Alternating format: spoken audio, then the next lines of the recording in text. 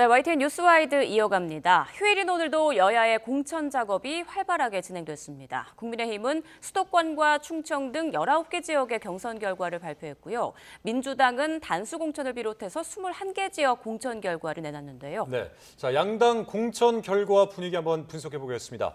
서성교 건국대 특임 교수, 김성환 시사평론가 나오셨습니다. 어서 오세요. 안녕하십니까? 안녕하세요. 자, 공천 심사가 70% 이상 진행된 국민의힘 상황부터 보겠습니다. 오늘 처음으로 이제 경선 결과를 발표했는데 서울, 인천, 경기 19개 지역이 대상이었는데요. 눈에 띄는 몇 개 지역이 좀 있었어요. 그중에서 서울 동대문갑의 김영우 전 의원, 그리고 충북 충주의 엄태영 의원은 용산 대통령실 인사를 따돌리고 공천이 됐더라고요. 이번 결과 어떻게 보십니까? 네, 아무래도 경선을 하게 되면은 현직 의원이 절대적으로 유리하다. 특히 이제 기득권을 많이 갖고 있다는 생각이 들고요. 용산 대통령실 출신이지만은 그래도 신이기 때문에 이 경선 벽을 넘기가 굉장히 어려웠던 것 아니냐 이런 생각이 듭니다. 네. 이 시스템 공천의 장점과 단점이 있는데요. 장점이라 하면 인위적인 컷오프가 없이 모두 경선에 참여할 수가 있습니다. 물론 현직 의원들에 대해서는 감점 대상이 되고 신인들은 또 가산점이 있습니다. 근데 신인들은 구조적으로 보면은 굉장히 불리하게 돼 있습니다. 이 경선 방식이 오늘 이제 서울, 인천, 충청을 했는데요. 당원 20%, 일반 국민 80%에서 100점 만점을 하게 돼 있습니다.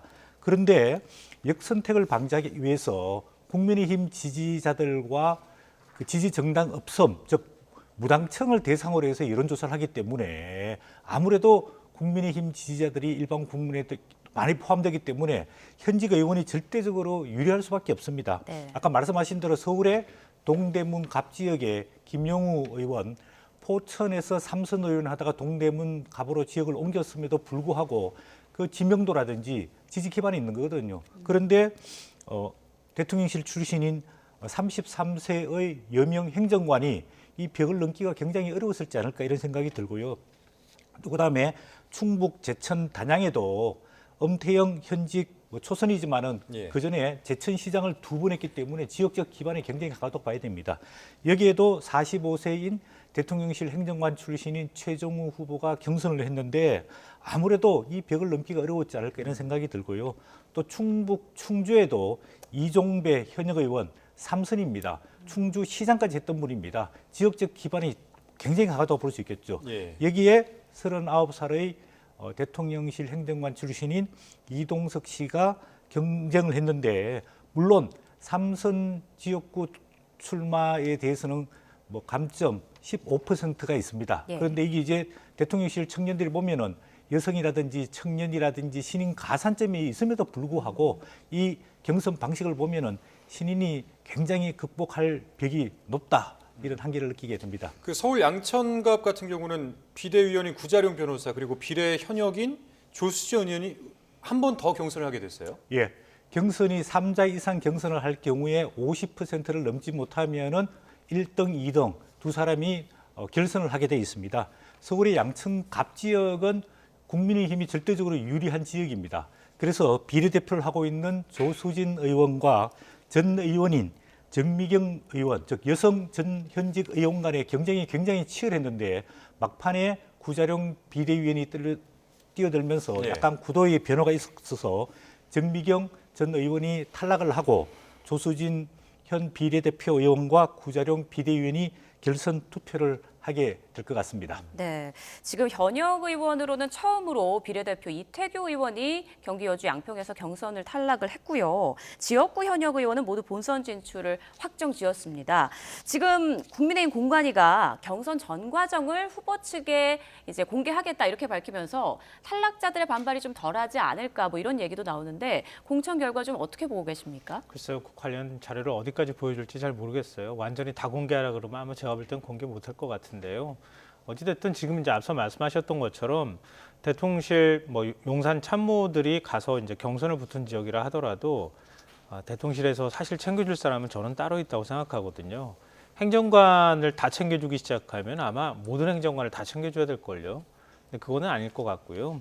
일단 경선을 붙이는 것 정도만 배려해줘도 사실은 굉장히 큰 혜택을 받은 거라고도 사실 할 수 있다고 저는 생각해요.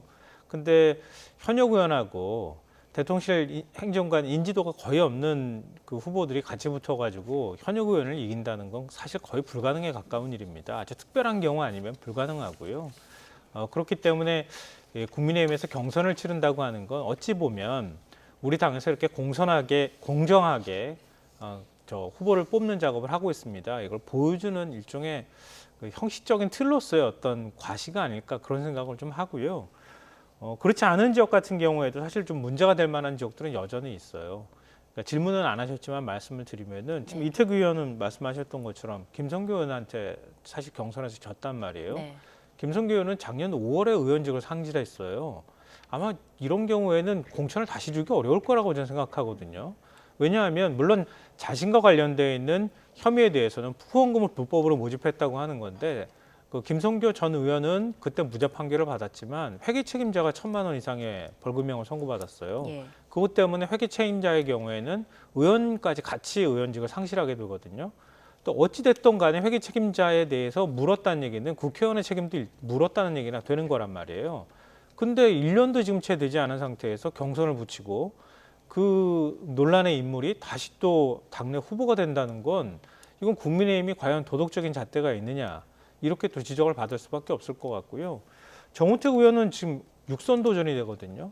정우택 의원도 이번에 공천을 또 받았어요. 예. 받았는데 이 지역은 굉장히 좀 묘했던 게 윤곽근 전 고검장하고 같이 붙었는데 라임 사태 때문에 그때 이거 변호사법 위반 아니냐 이런 논란이 있었거든요. 근데 그것 때문에 1, 2심까지 유죄 판결 받았다가 대법원 가가지고 일단 무죄는 받았어요. 근데 그것 때문에 상당히 좀 논란이 파문도 컸고 논란이 있었던 인물이기도 했고요.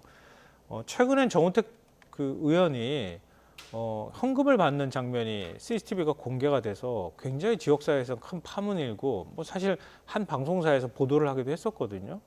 근데 본인은 그걸 후원금으로 돌렸다 이렇게 얘기를 하는데 지역에 있는 카페 사장한테 사실은 일단은 봉투를 받았단 말이에요.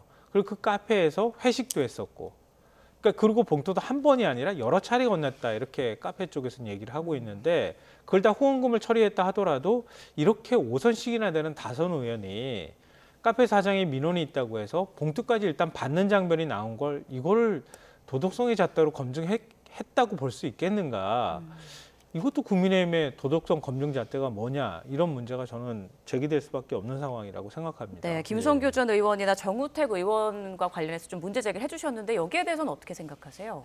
저도 그 부분에 대해서는 당 공천관리위원회에서 좀 엄격한 잣대로 좀 적용을 했으면 좋지 않을까 이런 생각이 들고 이렇게 너무 무난하게 안정적인 공천 이게 과정 속에서는 장점이 있지만은 결국은 그렇게 하다 보면 이제 혁신 공천이 어렵게 되거든요.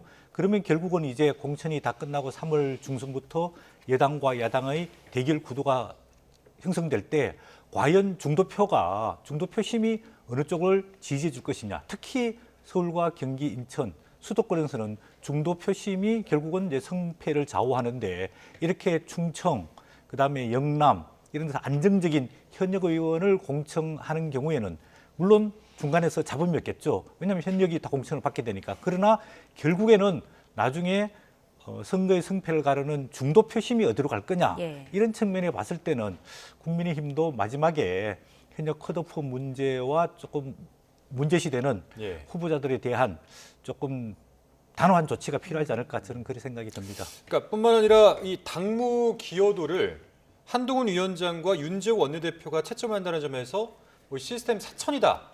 이렇게 이제 야당에서는 비판을 하고 있는 그런 상황인데 두 분은 어떻게 생각하시는가 좀 궁금합니다. 예. 뭐 여러 논란이 있을 수밖에 없는 상황이긴 한데요. 왜냐하면 당대표가 직접 들어가서 공천에 점수를 매긴다고 하는 전례가 거의 없었기 때문에 이걸 어떻게 해석해야 될 것이냐. 그리고 또 점수를 매길 때 그 배점 간격이 넓어서 예. 실제로 의원들 간의 컷오프까지도 결정이 가능한 정도의 수준의 결정력을 가지고 있는 그런 항목에 당 기여대의 평가를 내린다고 하는 건 결국은 직접적으로 당대표가 공천에 관여하겠다 이런 뜻으로 비칠 수밖에 없다 이런 생각이 들고요. 근데 그렇게 얘기를 하면 또 이재명 대표는 불출마하라고 얘기까지도 하는데 한동훈 위원장만 문제 삼는 거는 뭔가 맞지 않느냐 이렇게 얘기를 하는데요. 근데 그거는 물론 제가 옹호하는 입장에서 말하는 걸로 들리실지 모르겠지만 당대표가 경선에 들어가서 평가하는 작업에 관여하는 것하고 전략지역으로 정하거나 아니면 후보에게 이번에는 다선이거나 아니면 이번에는 어떤 문제가 있으니 출마를 이번에 안 해주셨으면 좋겠다고 정리하는 작업하고는 전 좀 개념이 다르다고 생각해요. 그러니까 그걸 똑같이 동렬해 놓고 얘기하는 것은 좀 다른 문제라고 보고요. 그러니까 직접 평가에 개입해서 들어가는 것은 그 평가에서 어떤 후보에 대한 어떤 영향력을 직접적으로 행사하는 구체적인 평가 작업에 들어가는 거라고 볼 수 있기 때문에 일반적으로 당대표는 평가에는 들어가지 않고 그런 식으로 후보를 정리하거나 전략 지역구로 지정하는 문제나 이런 것들은 이전에도 개입한 적이 있었단 말이에요. 그러니까 그거랑 동렬해 놓고 보기에는 조금 어렵지 않나 이런 생각은 합니다. 네, 우리 소 교수님은 어떻게 바라보고 계십니까? 네, 이제 한동훈 이제 비대위원장이 당을 처음 맡아가지고 처음 치르는 선거기 때문에 본인이 굉장히 궁금할 거 아닙니까? 그래서 현역 의원들이나 또 비현역 후보자들이 면접하는데 참여해서 한번 인물들을 면면히 검토하는 것은 저는 뭐 괜찮다고 봅니다. 그리고 뭐 야당에서 지금 비판을 하고 있는데 사실 점수를 저는 안 매겼을 거라고 생각하고 공관위원들이 객관적인 점수를 매겼을 것이라고 생각합니다. 지금 국민의힘 공천의 배점을 보면은 현역 의원 평가하는 데는 경쟁력, 즉 여론조사가 40%, 도덕성 15%, 사회와 당 기여도 15%, 당무감사 20%, 면접 10점 이렇게 돼 있거든요. 그래서 공관위에서 점수를 매길 수 있는 부분이 두 가지입니다. 당과 사회 기여도, 즉 당 기여도에서 15%, 예. 면접에서 10%, 이렇게 25% 정도 공관위원들이 점수를 매길 수 있거든요.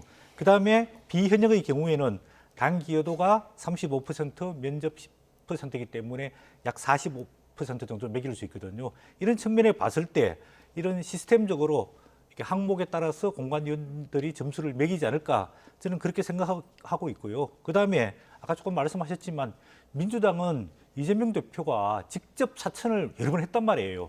뭐 예를 들자면은 국회의원회관에서 지금 공관에 참여하고 있는 사무총장이라든지 자기 핵심 측근들을 불러가지고 공천 상황에 대해서 보고를 받고 뭐 동그라미, X, 세모 이렇게 하면서 반명들, 비명들은 다 경선시키거나 컷오프하거나 아니면은 탈당하도록 만들어냈지 않습니까? 이거야말로 정말 사천이고 그렇기 때문에 민주당 내에서 뭐 친명은 살고 비명은 죽는다 이런 이야기들이 지금 나오고 있거든요. 예. 반면에 국민의힘에서는 아직까지 뭐 친한동훈이라든지 친윤석열이라든지 반윤석열, 반한동훈 이런 개파 간의 어떤 공천을 둘러싸고 잡음이 하나도 없는 거거든요. 그런 측면에 봤을 때 한동훈 비대위원장이 이번 공천을 굉장히 객관적이고 공정하고 자본 없이 문제없게 마무리 잘 하려는 것 아니냐 저는 그런 취지라고 생각이 듭니다. 네. 뭐 아직까지 한 70곳 가까이 남아있기 때문에요. 예. 마지막으로 다 해놓고 보면 아마 전체적인 그림이 그려질 거라고 생각하고요.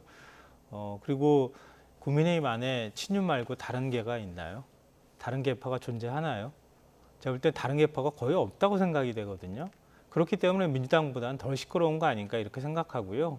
그리고 뭐 지금 29일 날 이른바 김건희 여사와 관련한 특검법 지금 재표결에 들어가는 상황이잖아요. 일찍이 예측했던 것처럼 이탈표를 막고자 지금 현역을 중심으로 해서 계속 컷오프를 안 하고 경선을 붙이는 작업을 하고 있다. 이게 지금 국민의힘 안팎의 대체적인 시각 아니겠습니까? 그러니까 그렇다면 영부인 한 명의 수사를 맡겠다고 지금 공천을 하고 있다는 얘기가 되는 거거든요. 이건 과연 정당한가 이런 생각이 들고요. 그리고 아까 당 기여도와 관련해서 평가하는 건요. 논란이 됐던 이유는 공관위원들이 같이 평가하는 게 아니고요. 그거는 한동훈 비대위원장과 윤재욱 원내대표 단 2명이서 평가하는 것이기 때문에 논란이 좀 됐다는 말씀 드리고요. 그리고 민주당도 당원 당규상으로 의원들을 경선에 붙이거나 할 때 항목이나 이런 건 다 정해져 있어요. 근데 민주당이 하면 사천이 되고 국민의힘이 하면 이건 공정한 뭐 공천 경쟁이 된다고 하는 건 그건 제가 볼 땐 공평한 시각은 아니다 이렇게 생각해요. 그러니까 평가를 하는 데 있어서 당무감사 결과 국민의힘도 똑같이 하위 평가에 들어가거든요. 이번에 제가 볼 땐 반영을 잘 안 하는 것 같아요. 그러니까 그게 바로 그래서 의심받는 거 아닙니까? 왜 컷오프 안 하고 반영 안 하느냐 이런 얘기 하는데 민주당은 제가 볼 때는 DJ계부터 시작해가지고 노무현계 친문계부터 시작해서 이재명계까지 이게 다 뒤섞여 있어요. 누가 과연 친명계냐 분류하기도 굉장히 어려워요. 제가 보면. 그러니까 지난 대선 거치면서 그때 처음으로 친명계라는 이름이 생겼거든요. 그때는 한 12명 정도, 많아야 30명이라 그랬어요. 나머진 정세균계, 이낙연계였어요. 오히려 당 주류였거든요. 근데 그 사이에 신친명이 조금 더 생겼다고 한다 하더라도 친명계라고 불리는 의원은 생각보다 많지 않습니다. 그러면 당 공천을 그 몇 명 안 되는 친명계를 위해서 다 하고 있다고 얘기하는 건 합리적으로 말이 안 되는 얘기입니다. 그러니까 우리가 과도하게 비명계라고 불리는 의원들이 내가 비명이요, 그러니까 난 떨어져서 이런 억울한 상황이요라고 과도하게 일종의 마케팅을 하는 측면도 저는 있다고 보고요. 그걸 또 지나치게 시끄럽다고 얘기하면서 그 사람들의 비합리적인 목소리까지 다 기사에 담아주거나 언론이 보도하는 것도 저는 문제가 있다고 생각해요. 그러니까 조용하다고 무조건 좋은 건 아니고요. 시끄럽다고 무조건 나쁜 건 아니다.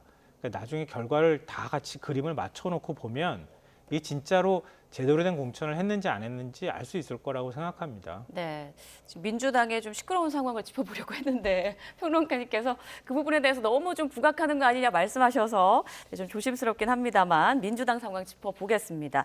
지금 민주당에서 최근 그 경선 여론조사 과정에서 비명계 현역 의원 제외하고 조사를 진행해서 논란이 된 그 조사 업체를 배제하기로 하지 않았습니까? 근데 이게 너무 늦은 뒷북 아니냐 이런 얘기도 나오던데 어떻게 보십니까? 예, 뭐 지나간 조사를 인해서 불이익받은 사람을 구제할 수 있는 방법이 없지 않습니까? 사실 이게 공천 과정은 굉장히 공정하고 객관적이고 투명해야 되는데 이 뭐 거론되고 있는 뭐 리서치 DNA라는 여론조사 회사가 약간 원래는 선정이 되지 않고 나중에 추가적으로 선정되면서 뭐 불공정하게 조사를 했다. 뭐 예를 들자면 현역을 배제하는 여론조사를 했다. 또 현역 평가 여론조사를 했는데 상당 부분 왜곡되게 조사를 했다. 이런 이야기가 들리고 있거든요. 또 문제가 되는 게 이 여론조사 업체가 이재명 당대표가 성남시장 시절에 뭐 성남시 관련돼서 만족도 조사를 여러 번 했는 것으로 지금 알려지고 있고요. 그다음에 이 여론조사 회사를 누가 추천했는지는 모르겠는데 당초 3개의 여론조사 업체를 선정할 때는 포함이 안 되고 나중에 추가로 됐다 이런 이야기가 있고요. 또 뭐 보도를 보니까 이 여론조사 회사의 대표가 그동안에 불공정 여론조사로 인해 가지고 뭐 처벌받은 것도 있거든요. 이런 측면을 봤을 때 지금 국민의힘이나 민주당이 여론조사 경선 또 여론조사 평가를 많이 하기 때문에 사실 여론조사 선정할 때 굉장히 공정하고 객관적으로 해야 되거든요. 네. 뭐 예를 들자면 실적 규모가 상당 부분 있거나 또 과거에 선거나 정치 관련된 조사가 있어서 신뢰성을 가질 수 있거나 또 대부분 여론조사 회사들이 이제 외주 용역 주는 경우도 많은데 직접 이런 여론조사를 수행할 수 있는 시스템과 인력들을 갖고 있거나 그다음에 여론조사라는 거는 보통 이제 우리가 뭐 통신회사들에게 안심번호를 받아서 여론조사를 돌리는데 그 안심번호에 대해서 보안을 잘 지켜야 되는 거거든요. 예. 그런 보안을 잘 지키느냐 이렇게 좀 신뢰성 있는 업체를 선정해야 되는데 이런 조금 신뢰성 떨어지는 업체를 선정하다 보니까 그동안에 민주당 현역 의원 평가에서 하위 10%, 하위 20%에 포함된 사람들이 이 여론조사 내용을 믿지 못하겠다. 그렇게 지금 반발을 하고 있는 거거든요. 예. 아까 말씀하신 민주당 현역 의원 평가할 때 여론조사가 1000점 만점에 130점이 들어가게 됩니다. 뭐 권리당원들 조사가 50점이고요. 일반 국민이 80점이거든요. 이런 불성실한 여론조사 회사가 이 여론조사를 해가지고 하위 평가 10%, 20%뭐 컷오프를 한다. 그러면은 당사자들은 신뢰할 수 없는 즉 문제를 제기할 가능성이 상당히 높다고 보여집니다. 근데 이거는 말씀 안 드릴 수가 없는데요. 왜냐하면 지금 이제 이번에 경선에서 컷오프 되거나 이런 것하고 기존에 이제 하위 평가 받았던 건 그건 엄연히 다른 거예요. 그러니까 국민의힘에서 당무감사 결과를 가지고 하위 평가를 따지잖아요. 그러니까 민주당도 뭐 거기에 이제 국민의힘도 여러 항목을 집어넣긴 하지만 여론조사하고 별 상관없어요. 그거는. 그러니까 민주당의 조직감사도 이미 이전에 다 끝내놓은 거예요. 이번에 선거를 위해서 여론조사 업체 선정한 거하고 그거는 별개의 것이다. 이거를 같이 섞어서 얘기하시면 안 될 것 같고요. 네. 그리고 이번에 이제 그 뭐 전략 공천을 위해서든 어떤 방식으로든 여론조사가 돌았단 말이에요. 저는 앞서 말씀하셨던 것처럼 그걸 제대로 처음에 대처를 하지 못했기 때문에 의심을 키웠다. 이거는 당 지도부가 왜 이런 식으로 일처리를 했는지 좀 이해가 안 가고요. 그리고 지금 뭐 동작을에 이수진 뭐 의원이 이런 부분에 대해서 제일 적극적으로 문제 제기를 했는데요. 조금 저는 제가 볼 때 조금 황당하기는 해요. 왜냐하면요. 현역 의원이 있는 지역구에 현역 의원이 경쟁력이 별로 없어요. 없으면 현역 의원을 빼고 그 지역구를 대상으로 해서 어느 사람이 더 경쟁력이 있을지를 돌릴 수 있는 거 아닙니까? 그러면 전략 지역구 어떻게 지정을 합니까? 당에서. 그렇지 않나요? 그럼 그 현역 의원이 어느 정도 경쟁력 갖고 있는지 현역 의원만 중심으로 평가를 해버리면 현역 의원은 당연히 경쟁력이 있다고 나올 수밖에 없잖아요. 그럼 현역 의원을 빼고도 조사할 수 있어야 되잖아요. 그래야 이기는 공천할 수 있잖아요.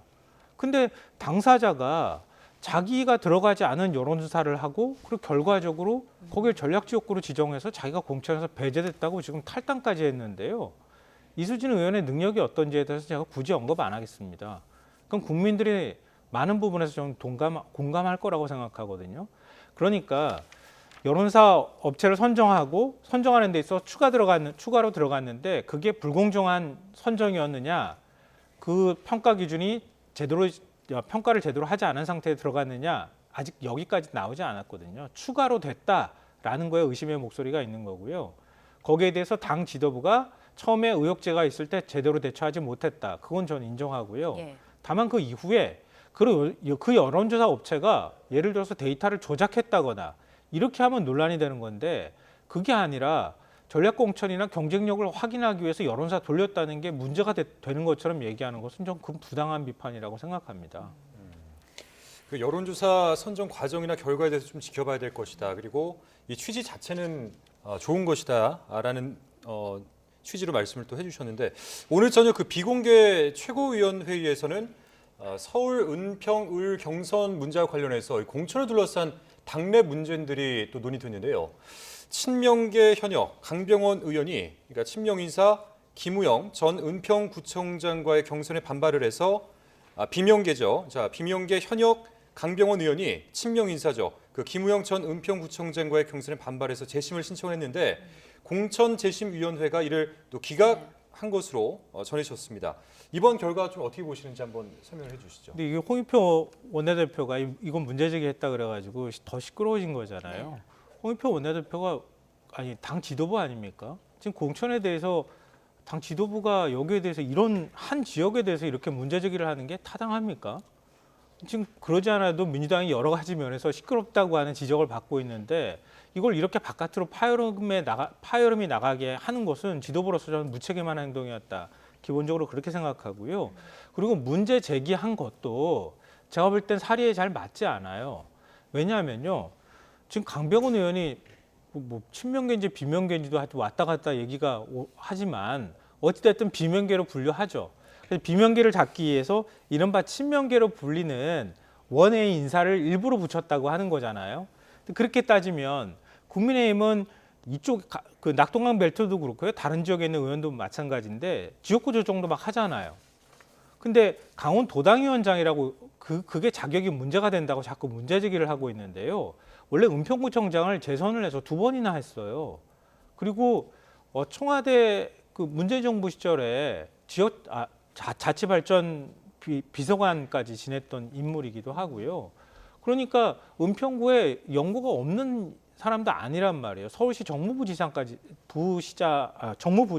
부시장까지 지냈단 네. 말이에요. 근데 은평구에 공천 신청 못 하는 겁니까?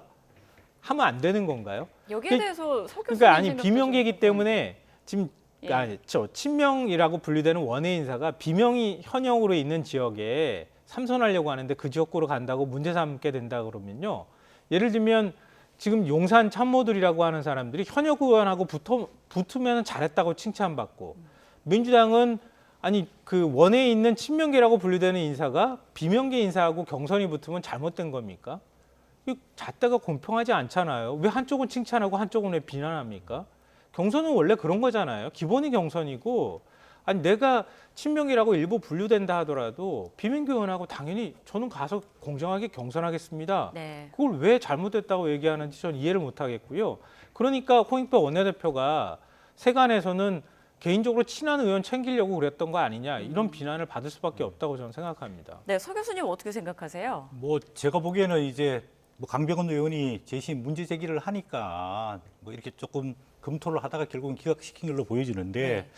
김우영 전 구청장이 조금 정치적 도의가 없는 것 아닌가 그런 생각이 아까 앞에 말씀하신 대로 뭐 서병수 의원이 부산 내에서 부산으로 옮기는 거, 김태호 의원이 경남에서 경남을 올리는 거 이런 거는 같은 인접 지역이기 때문에 그 지역이랑 소통이 되고 잘 알기 때문에 그런 부분은 조정을 일부 할 수 있다고 생각이 듭니다. 그런데 김우영 전 은평구청장이 왜 갑자기 다시 강병원 의원이 있는 이 은평으로 다시 공천을 신청해가지고 경합을 붙게 되었을까? 그리고 어제까지 강원도 도당 위원장을 맡고 있었고요.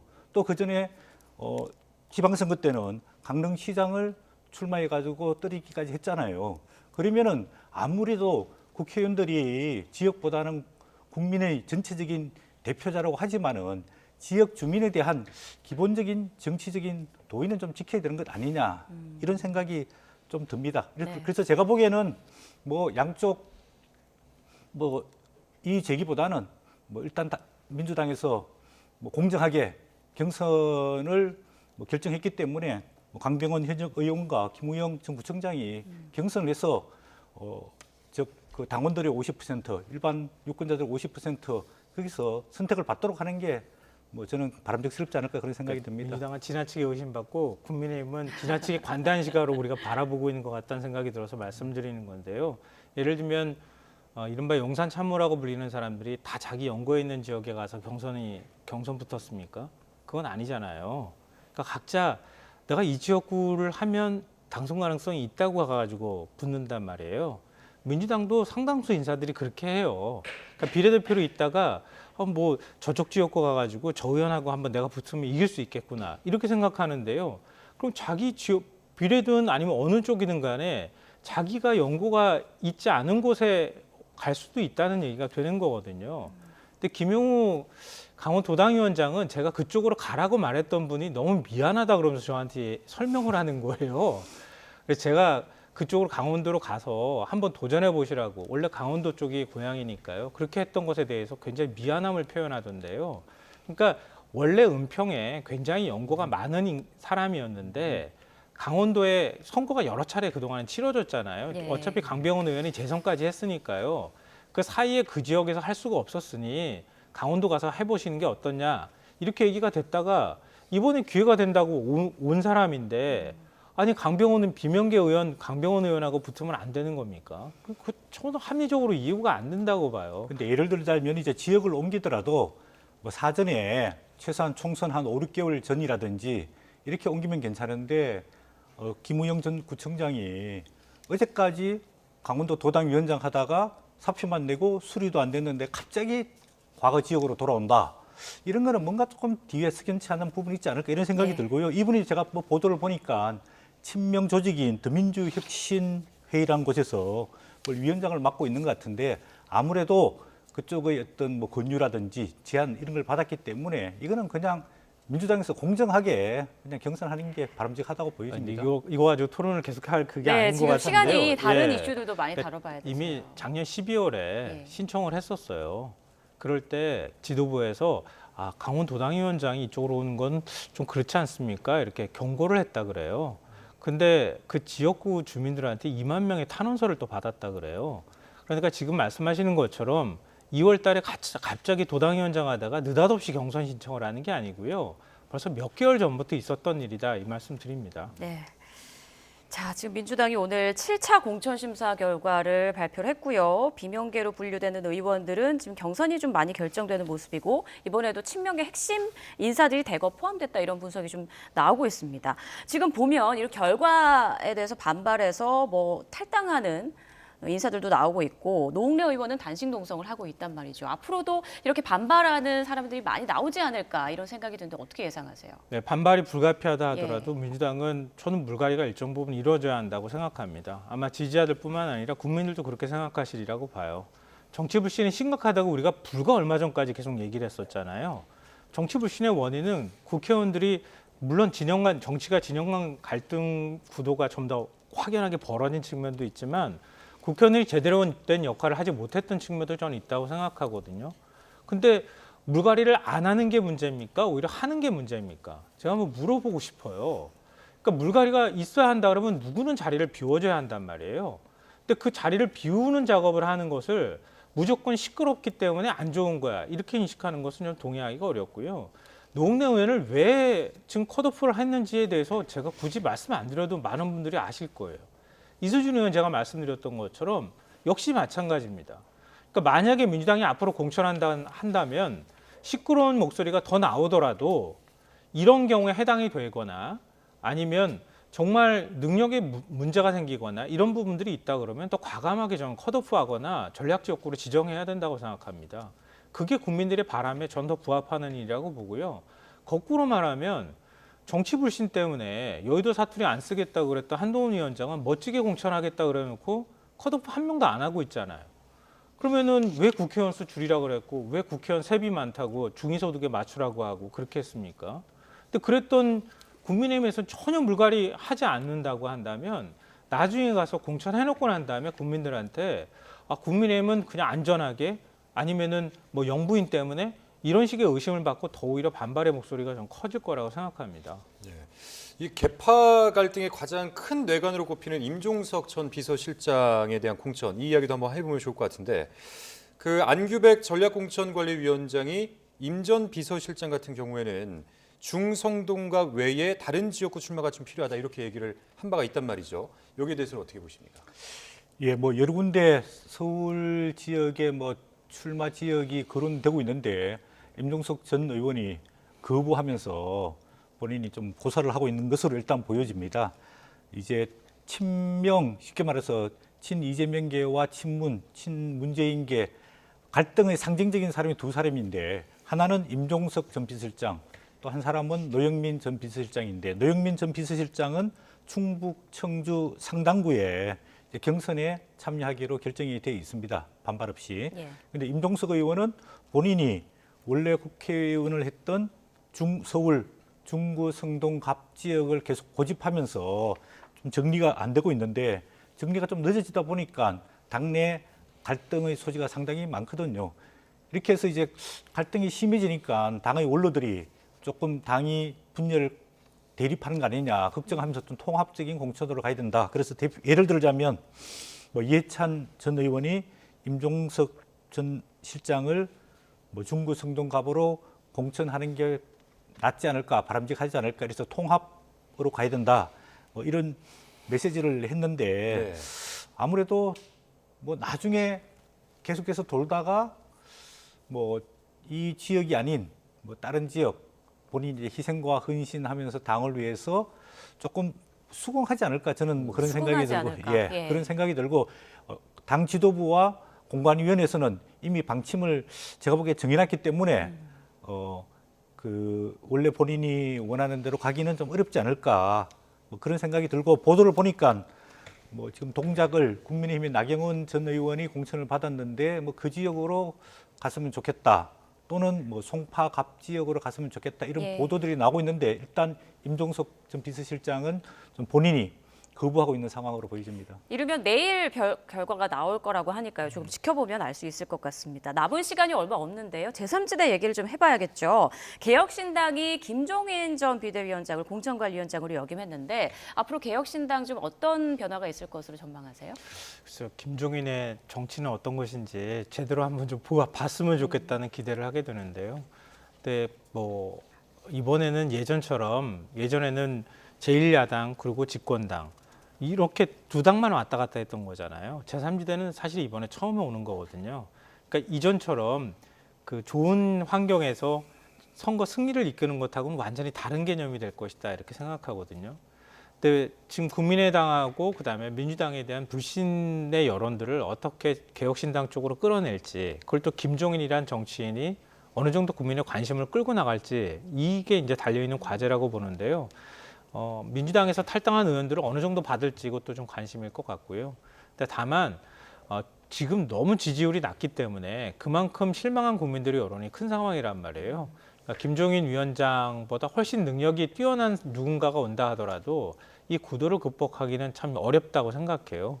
그러니까 최소한의 생존을 위해서 또 김종인 위원장이 또 자신과 관련돼 있는 사람들과 그동안에 제3지대에 대해서 논의해 왔던 책임감 때문에 오히려 가서 공관위원장을 맡기로 한 것 아닐까 그렇게 생각합니다. 예. 그 김종인 위원장이 이준석 대표의 TK 출마를 추천한 바가 있습니다. 그러니까 그러니까 이번에 이제 개혁신당 공천에서 이준석 대표 실제로 대구 경북 지역에 배치가 될지 이 부분이 좀 관심인데 이 지역은 사실 이제 국민의힘의 텃밭으로 불리고 있는 곳 아니겠습니까? 어떻게 바라보고 계십니까?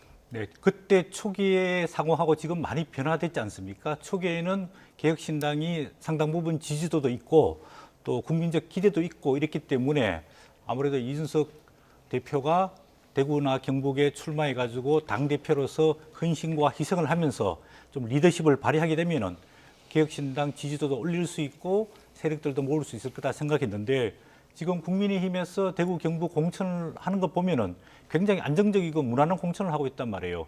현역 의원이 아직까지 탈락한 경우가 거의 없거든요. 예. 그래서 이준석 대표가 만약에 국민의힘 현역 의원이 공천에서 탈락하고 무소속으로 출마하고 국민의힘이 출마하게 되면은 이런 즉 이 분열되는 그런 상황을 노리게 되면은 이준석 대표가 상징적으로 들어가서 현실적으로 지역에서 당선 가능성이 조금은 있을 수 있는데 승산이 있겠지만 예, 현재로서는 이준석 대표가 단기 필마로 들어가서 이기기는 굉장히 어려운 것 아니냐 그런 생각이 들고 두 번째로는 아까 말씀하셨지만은 개혁신당 전체적인 정체성과 지지도와 세력이 안 보이고 있거든요.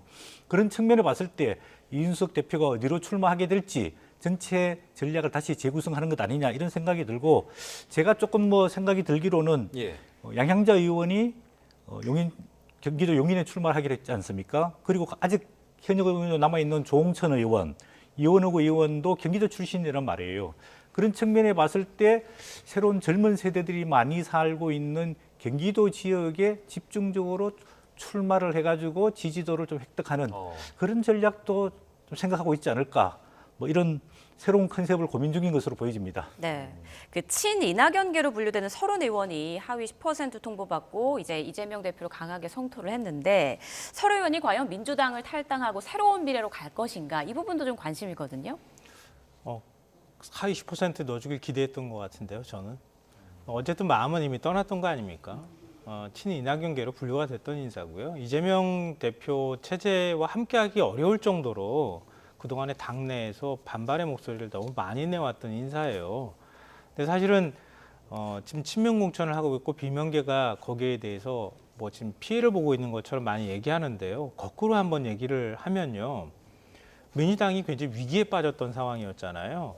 그럴 때 지금 비명계 의원이 앞장서서 예를 들면 윤석열 검찰독재 정권에 대한 비판을 낸다거나 당대표 정적을 이렇게 잡기 위해서 이렇게 무모하다 생각할 만큼 과잉 수사를 하는 부분에 대해서 비판의 목소리를 적절하게 내본 적이 있습니까? 당이 다 총알을 맡고 있는 상황에서 한 번도 앞장서서 나가본 적이 없는 인사들입니다.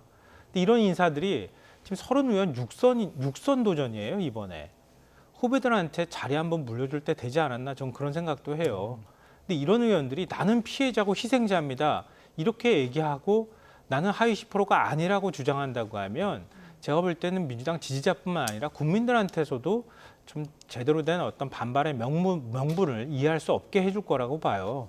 그러니까 앞서 제가 말씀드렸던 것처럼 이재명 대표가 공천을 할 거면 자리를 물러나줘도 될 만한 사람들을 물러나게 만드는 것도 능력이라고 보고요. 이재명식 개혁을 한다고 하면 정말 물갈이를 하든 정말 개혁을 위해서 어떤 모습을 보여주는가 그 여하에 따라서 지금까지 시끄러운 것도 어느 정도 충분히 많이 할 수 있을 만큼의 국민들의 평가가 있을 거라고 저는 생각합니다. 예, 뭐 연장선상에서 한번 추가적으로 질문을 드려보자면 우리 서 교수님께 그 새로운 미래가 반 이재명 세력 결집에 좀 구심점 역할을 할 수 있을 것인가 여기에 대해서는 어떻게 생각하시는지 좀 마지막으로 정리를 좀 부탁드립니다. 뭐 아직은 좀 더 지켜봐야 되겠지만 현실적으로는 굉장히 좀 어렵지 않을까 그런 생각이 듭니다. 왜냐하면은 새로운 이제 미래가 새로운 정당으로서 인정을 받으려면은 새로운 정치 가치와 철학과 지지 기반 이런 걸 가져야 되는데 그런 게 지금 없단 말이에요. 또 개혁신당과 통합했다가 또 분열하면서 국민의 기대를 무산시켰기 때문에 앞으로 흠도가 좀 예상된다고 생각이 드는데 다만 아까 우리 김성환 평론가께서 말씀하셨지만 친이낙연계가 만약에 공천에서 어려울 것 같다 그러면 일부 탈당한 의원들이 있을지 모르겠지만은 예. 당장 서른 의원도 민주당에서 5선을 했단 말이에요. 나이가 1월이에요. 이제는 명예롭게 퇴진을 할 나이기 때문에 여기 새로운 미래에 들어가서 본인이 취할 수 있는 이득이라는 게 지역구에 출마해서 당선되기도 어렵고 그렇다고 비례에 들어갈 것도 아니고 그렇기 때문에 새로운 미래가 앞날이 굉장히 험하지 않을까 그런 생각이 듭니다. 네, 알겠습니다. 지금까지 여야의 공천 결과와 분위기 한번 분석해봤습니다. 서성교 건국대 특임 교수, 김성환 시사평론가와 함께했습니다. 고맙습니다. 고맙습니다.